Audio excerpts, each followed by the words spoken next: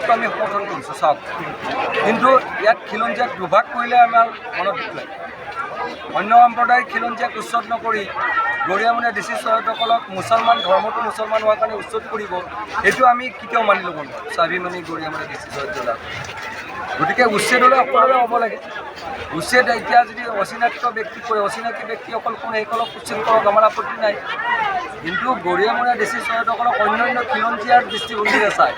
আমাৰ ধৰ্মটো ইছলাম হোৱাৰ কাৰণে একে শাৰীত মুছলমান বুলি কৈ আমাক উচ্ছেদ কৰিব, সেইটো কেতিয়াও আমি অন্যায় মানি নলওঁ।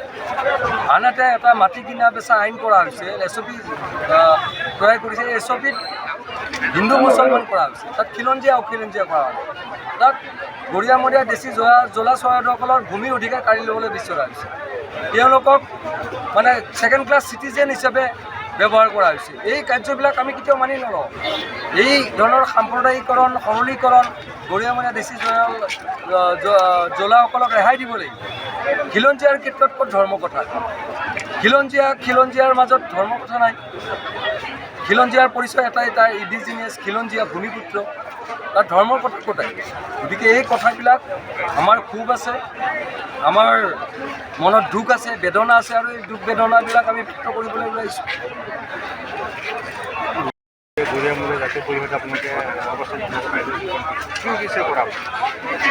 গৰিয়ামৰীয়া ডিচি চৈয়দ জলা এই 5টা জনগোষ্ঠী আমি সংগ্ৰাম কৰি আহিছোঁ। আমাৰ কথা এটাই, জনগোষ্ঠীয় পৰিচয় লাগে আমাক জৰীপ কৰিব লাগে।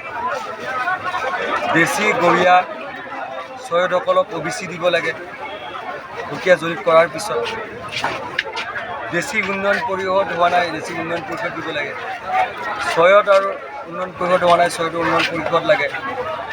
আৰু জোলা চাহ বাগিচাৰ যিসকল লোক জোলা, তেওঁলোকৰ উন্নয়ন পৰিষদ আজিলৈকে কাৰ্যকৰী হোৱা নাই।